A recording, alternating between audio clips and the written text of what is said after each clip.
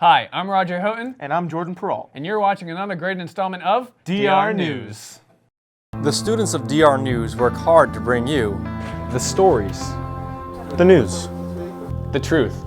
We are dedicated into bringing you sports, breaking news, and school events.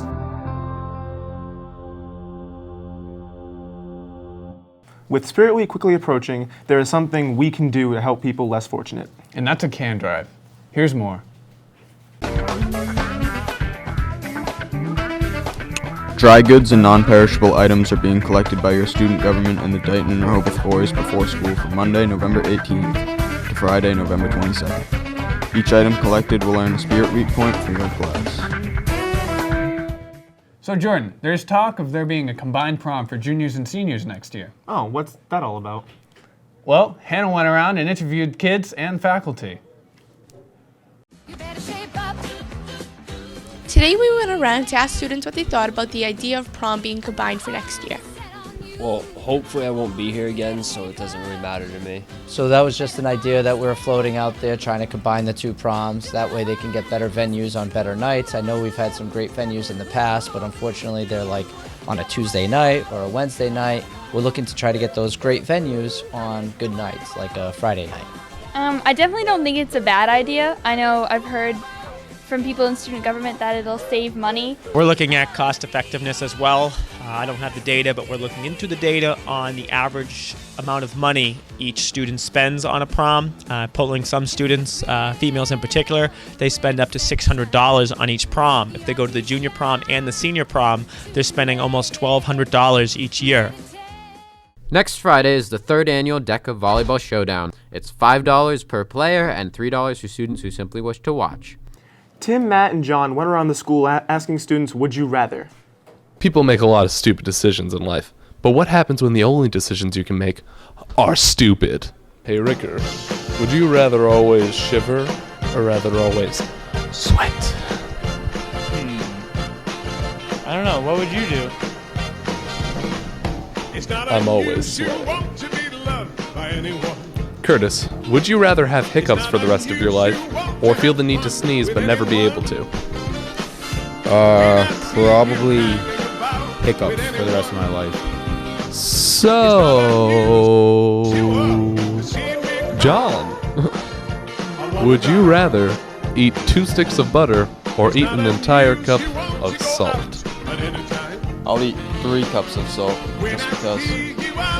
3 cups. Not 1, not 2, but 3. So, Cody, would you rather have insomnia or narcolepsy? I guess that means narcolepsy. Ed Medeiros, an actor since his junior year, performs athletically as a two-sport athlete on the winter and spring tracks teams as a sprinter and hurdler. He has enjoyed serving as a class representative, helping to coordinate Spirit Week and prom.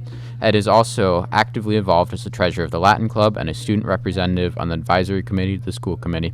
Ed excels academically and hopes to pursue a 4-year degree in conservation biology and international relations.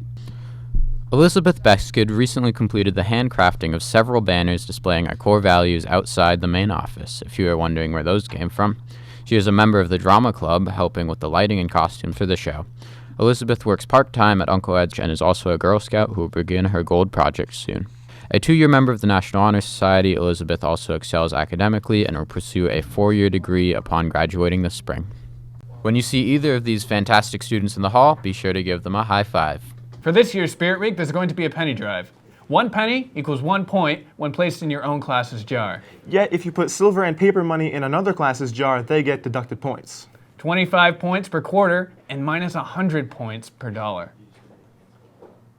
The DR Falcons wrestling team is looking for new members to join the team, so check this out of what you can do.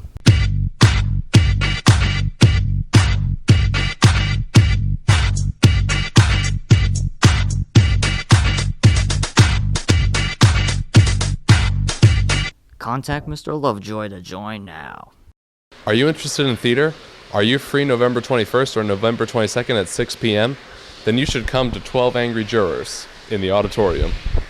The play follows the jury deliberation following the trial of a young, underprivileged boy who was accused of killing his father.